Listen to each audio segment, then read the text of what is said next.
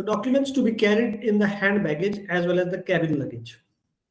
So usually one should have a valid passport with a visa or entry clearance vignette sticker on it. That is the most important document.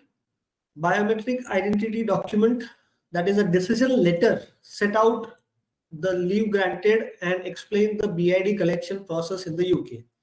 Every student must have received, or they are going to receive, additional letter from where it is mentioned the address from where they can collect their biometric resident permit card.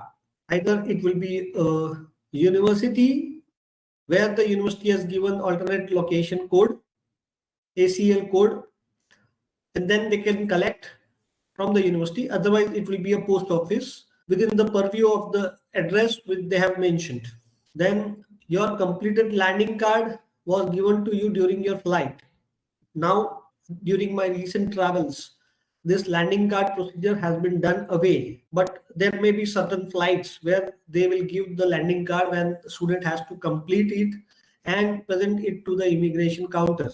They need to pre-fill it when they are in the flight only, or otherwise they may have to complete this when they land and before they enter into the queue of the immigration officer or a border, UK border.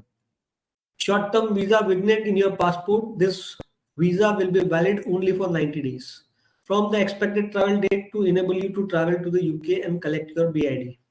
So every UK student, when they apply for a student visa, visa is granted in the form of a vignette sticker on the passport. So please read the vignette sticker and their terms and conditions very carefully. There are many times mistakes from the visa officer. Either the start date and end date is mentioned wrong, or there is no work right, or such type of conditions are mentioned. If this happens, they have to immediately approach their VFS office, write a letter to the visa officer for the correction in the vignette sticker and submit their passport along with this letter to the VFS office. Another form where the person has made a mistake in mentioning the expected travel date. The visa is granted on the basis of the date mentioned by the student.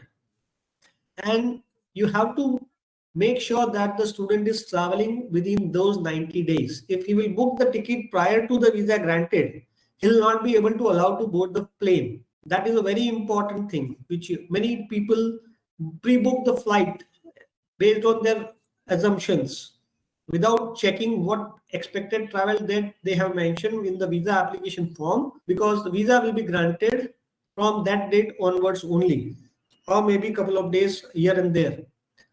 And if the travel date doesn't fall within the 90 days period, then they will not be allowed to board.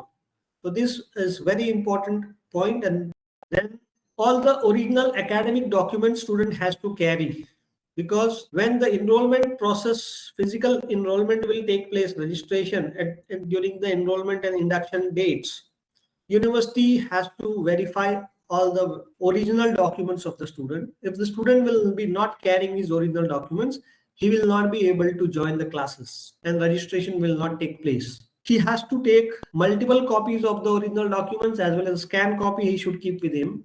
CAS letter, the bank documents showing that he has sufficient funds till on the date of which he is traveling. If he has withdrawn some amount, then he has to show that the fees has been paid through that funds, or these funds have been converted into Forex card and he's carrying that money with him. The visa officer has a power to ask whether he has a sufficient fund at the time of border check also.